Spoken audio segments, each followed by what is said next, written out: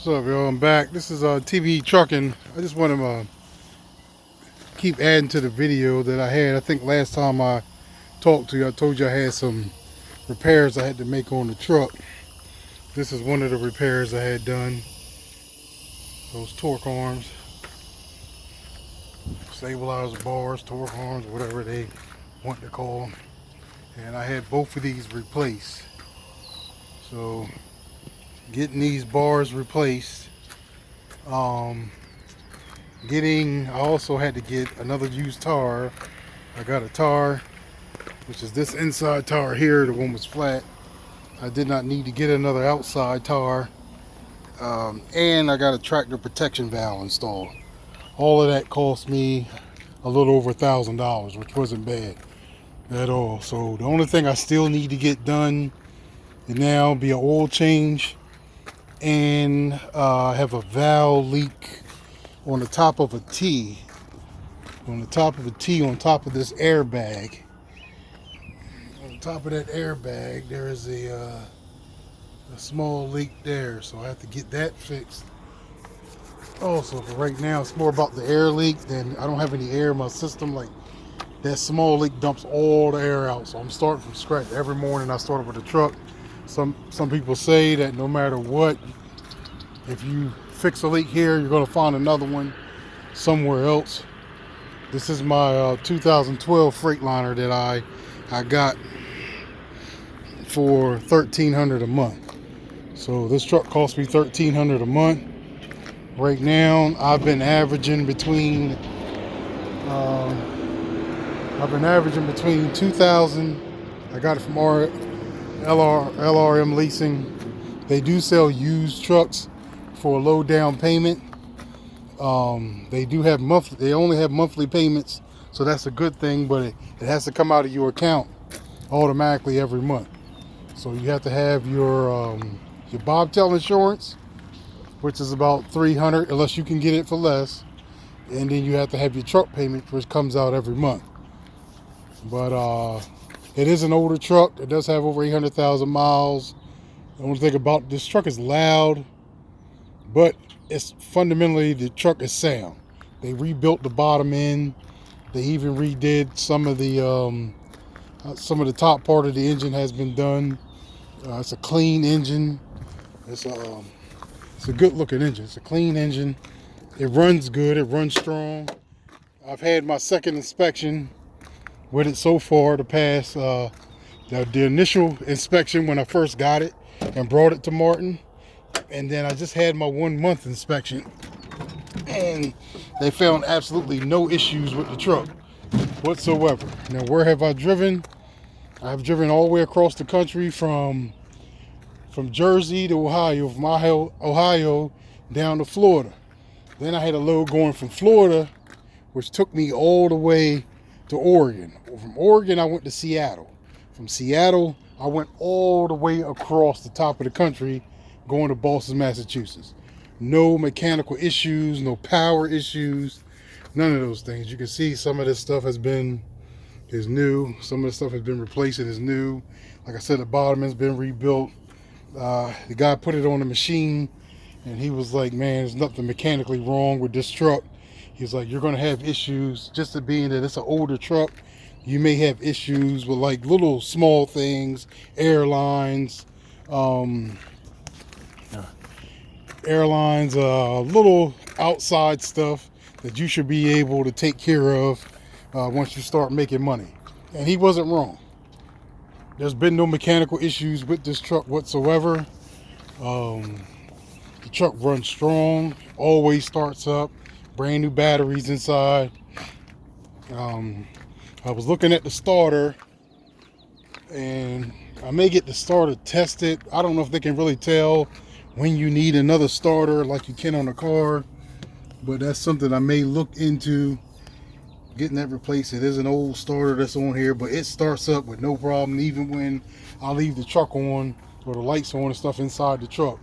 There's no APU on here, so I have to be careful about how much I run this truck at night, or how much I leave stuff on inside or have stuff plugged up inside the truck. So there's no APU, so I actually have a generator inside this box. It's a small generator, about $400, $500 generator.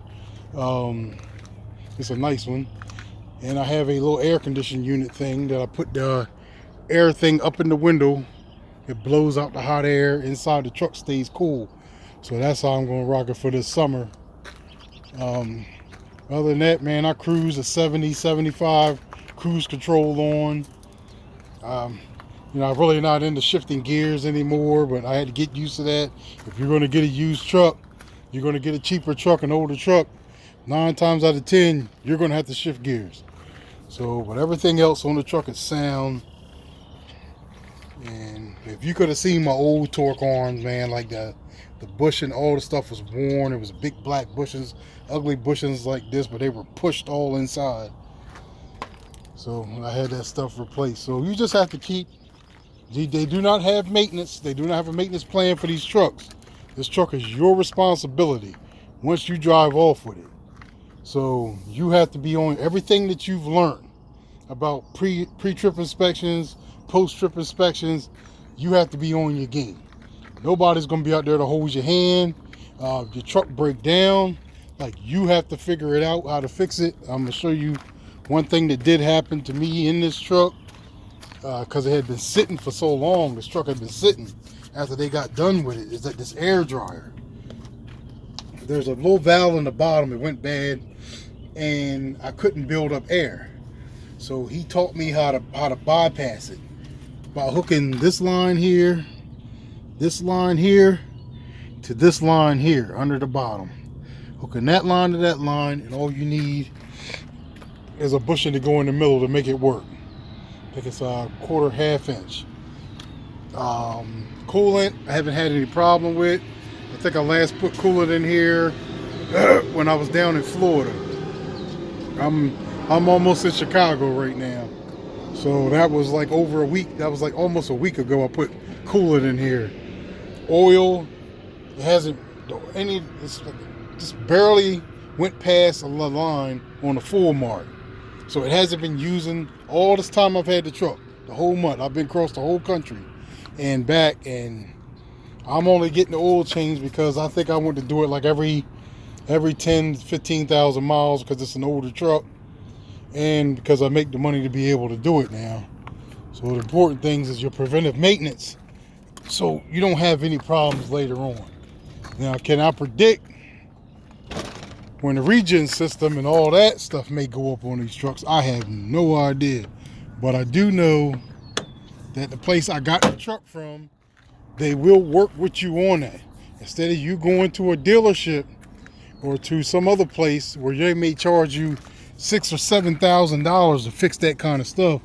You know what I mean? He may tell you it just may be a plug or something like that, because they need you to make those payments, because that's how they make their money. They make their money by you making your payments. So they have some of the best mechanics. They'll work with you on getting your truck fixed. It's just not a commercial for them. It's just that a lot of drivers will not tell you how to get a truck, where to get a truck from, unless it benefits them. I do not care about it benefiting me. All I care about is that brothers out here get their trucks and get out here and at least try to become an owner operator. You know what I mean? I've been one for a month. I like it so far. It allows me to be able to stay home for over a week at a time. Last time I went home, I stayed home a week. This time when I go home, I'm gonna stay home another week. You know what I mean? I'm gonna pay my truck payment, pay my rent, you know what I mean? Pay for other little things around the house, whatever, $600-$700, and I'll still have almost 10 grand in the bank. And I'm still building up my maintenance account until I get it up over 20,000. So it can be done, man. You just got to get out here and do it. Pay attention to your truck. Nobody's going to know your truck better than you're going to know your truck. So get to know your truck, man. Get to know everything about your truck. If it runs funny, you'll know it's running funny. If you hear something, pay attention to it. Pay attention to anything that you hear that doesn't sound right. Get it checked out. Ask questions. The place I got the truck from, I can just call. If I have questions about things, I can just call them and be like, hey man, this light is coming on. Why does this light keep coming on? And oh yeah, I also have a ding in my dash. It's an old truck, so it's been sitting a while. The moisture in the dash builds up, and the systems in there they start dinging, once that happens. So I also have to replace that dash cluster, but that's not a big deal. I'm not really looking forward to switching that out anytime soon. It only dings every once in a blue moon. So, but with the air being dumped out of my system every night, it's making my ABS light cut on, and I don't like that. So that's why I got to get that fixed. I may or may not get the oil change this time when I go home, but I do know it's one thing that I am going to get done. Like I said, there's no leaking issues with this truck at all. That's the one thing I was worried about with an older truck, was leaking issues. There's no leaking issues with this truck. Just an older truck. You just don't have the comforts and all the luxury of being a company driver no more. I really don't care about the comforts and luxury of being a company driver. So if you ever see my red truck, there's another maroon truck I saw that also drives for Martin. He's an owner and operator. But if you ever see my red truck, you'll see me pulling one of these trailers, man. Just give me a honk or whatever. Let me know that you see me. And if you have any questions about the down payment, how it works, how to get in this. Like, I tried to go to USA Truck, it didn't work out. Me and the orientation people, we weren't able to make it. They try to blackball your boy. So, but they still offered me a chance to come back whenever I wanted to come back. But it won't be right now. I ain't got time to fool with them. I'm still in my feelings about that whole situation, because I just wanted to pick my own loads. That is the only thing about when you drive for a mega carrier like Martin. Even if you're an owner-operator, you have to be dispatched. So sometimes you can get the awesome load like I got from Florida to Oregon, which I made over $4,000. Then from fucking Seattle to Boston, Massachusetts, which was $5,000 before everything came out. But I still made over $4,000 off of that. So if I was a company driver, that would have probably been maybe a $1,500 load. I would have made about maybe $1,500 as a company driver. I made 3 times that amount. No, you're not going to make $6,000, $7,000 a week like these other operators are making. Some of them pretending to make. That doesn't matter. You have consistent pay every week. The whole point is to get in the game. So once you get in the game, you can learn. And I'm not going to be with Martin forever. I'm not going to be in this truck forever. But this is my first experience, and I'm just trying to make the most of it, trying to save up the most money I can save up, and then move on to my next truck. I'm just going to upgrade, get a newer truck, see if I can look into pulling for another carrier after this whole mess has gone by. But right now, these refrigerated loads are like the best way to go, especially with Mr. Orange and Chief. He just passed the thing telling meat packing plants they have to stay open, which helps us out, because that would have hurt us hard. That would have hurt the owner operators, company drivers. It don't matter. When food stops moving, we stop moving. So that's the only good thing he's done, as far as for me anyway, for trucking. So I had to give him props on that one. But he made the meat packing plant stay open, which kept us in business, which kept us moving. So that's where I'm on my way to right now. I'm on my way to a meat district. What is that? Dude coming through making all that damn noise. But I'm on my way now to go pick up a frozen meat load, frozen chicken, whatever crap it is. And I'm on my way to take that to North Carolina. So I'm on my way from Chicago or Rockford, Illinois, wherever I'm at. I'm on my way from there. I'm going across, down some to go to North Carolina. So that's where I'm on my way to now. Like I said, the truck runs good. Haven't had any problems with the truck.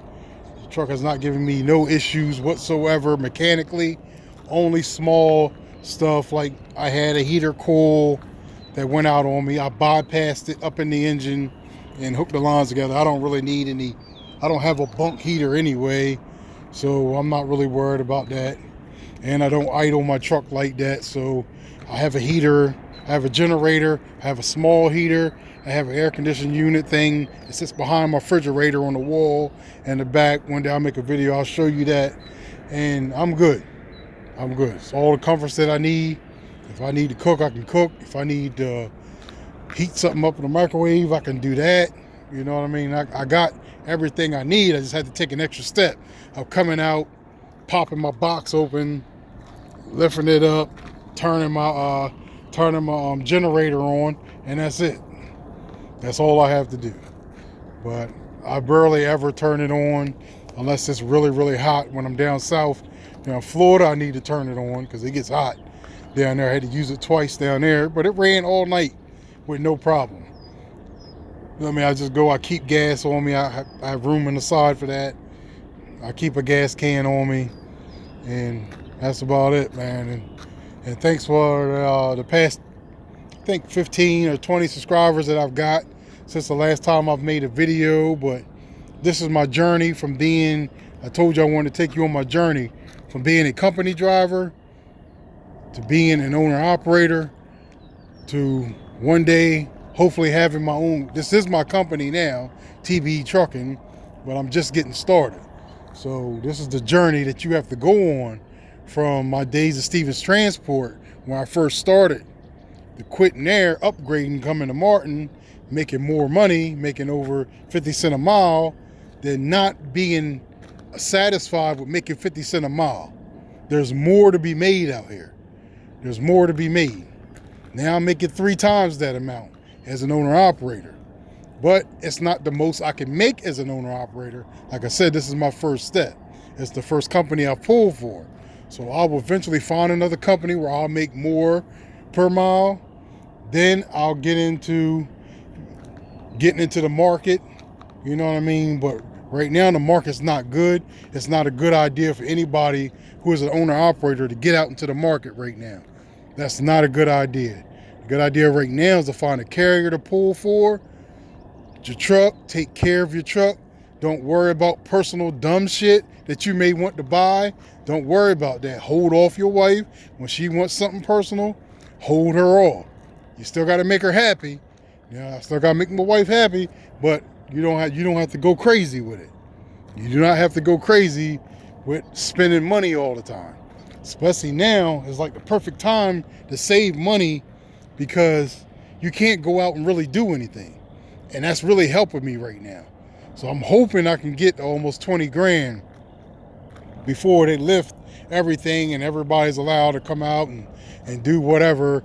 And then I'll feel safe because I know I got over 20 grand in the bank. And then whatever I make when I come home, we can go out, we can go do whatever.